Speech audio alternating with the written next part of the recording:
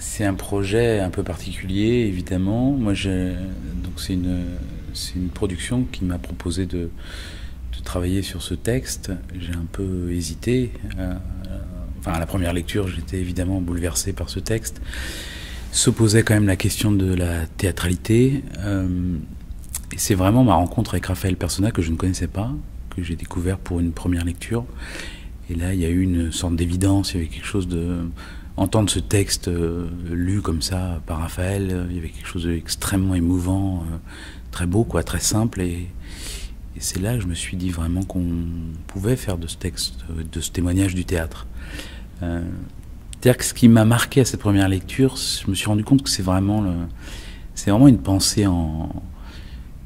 Antoine Léry écrit une forme de journal intime, mais vraiment une pensée en action. Il y a quelque chose de... Les choses ne sont pas affirmées vraiment. C'est quelqu'un qui réfléchit, qui essaye de faire le point d'où il en est, où il va. Et je trouve qu'il y a quelque chose de théâtral là-dedans.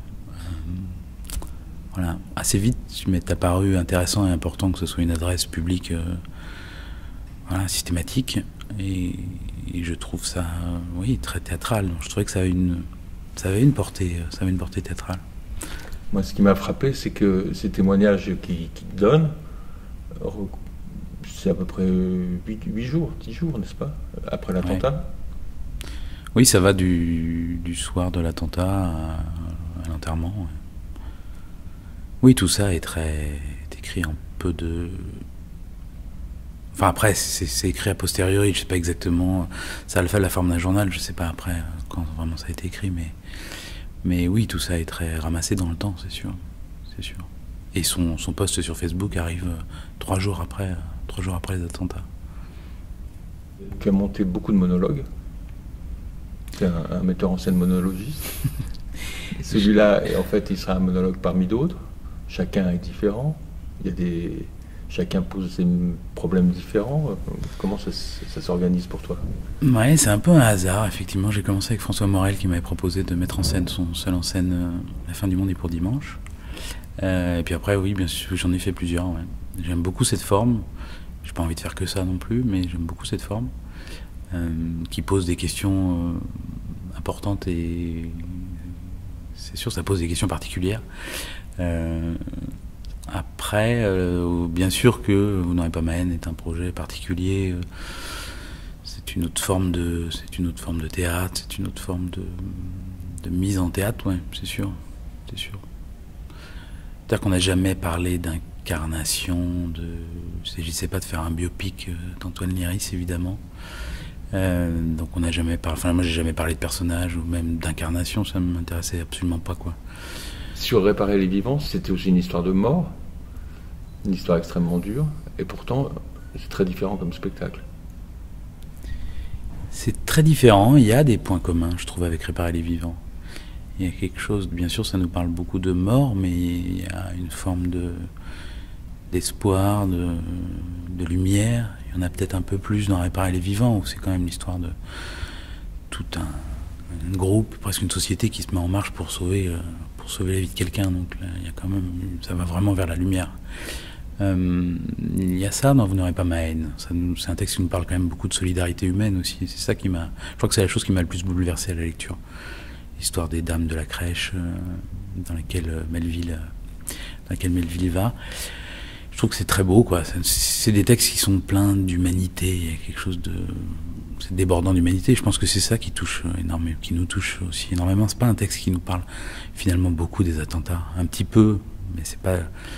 Le fond de ce qui est dit et de ce que ça raconte, c'est pas ça. C'est un texte sur le deuil, sur l'amour, sur une histoire d'amour, sur le fait d'être parent, et quelque chose de... Ça nous parle beaucoup de ça, quoi.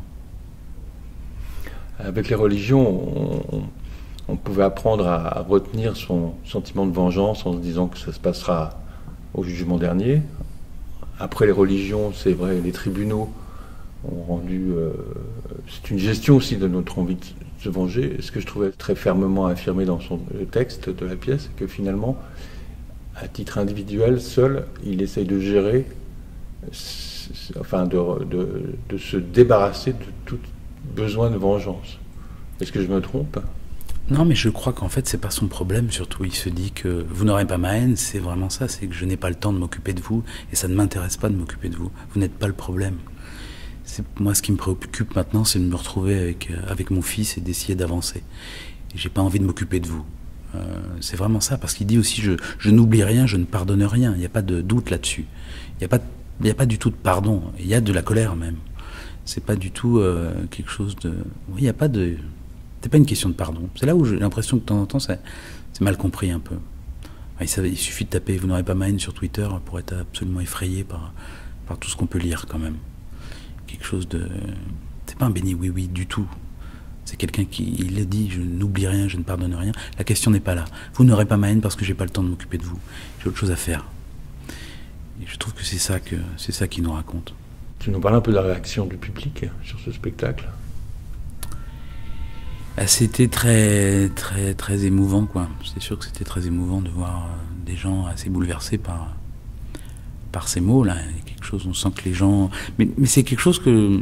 C'est ça qui m'intéressait aussi. Je trouve que dans ce projet, c'est que le théâtre est quand même le lieu aussi de... Je crois que c'était beau de se réunir dans une salle de théâtre pour entendre ces mots-là tous ensemble. Enfin, il y a quelque chose du domaine de la catharsis et vraiment, quoi, de ce texte-là. Et je trouvais que c'était important. Ça a du sens, quoi.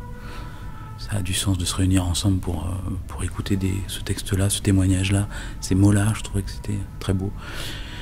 Donc c'est sûr que les gens sortent très émus, très déstabilisés. Il y a quelque chose de...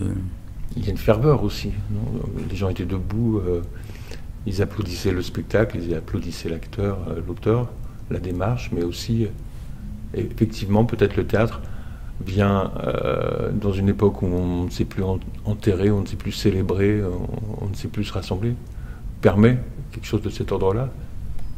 Oui, bien sûr, ouais, il y a une forme d'hommage et de souvenir, c'est sûr. C'est sûr. D'autant que je pense qu'on a réussi à trouver ce juste milieu. Il y a de la pudeur dans ce moment de théâtre, je crois. Donc ça touche les gens. Ouais, j'ai l'impression. Ce qui était très beau, on l'a créé aux Libertés à Toulon. Et il y a il y a eu une classe de lycéens le dernier soir. Et c'était très beau de les voir extrêmement émus à la fin. Il y avait quelque chose de... Ça ricanait un tout petit peu au début, voilà, avant que le noir se fasse, et très vite ça ricanait plus du tout. Il y avait quelque chose de... Ils étaient là, quoi. Ils écoutaient ces mots-là, et ils sont sortis totalement bouleversés, et j'ai trouvé ça magnifique, quoi. Qu'ils puissent venir dans une salle de théâtre et recevoir un texte comme ça, et un moment de théâtre, et un moment de partage, ça m'a beaucoup touché, quoi.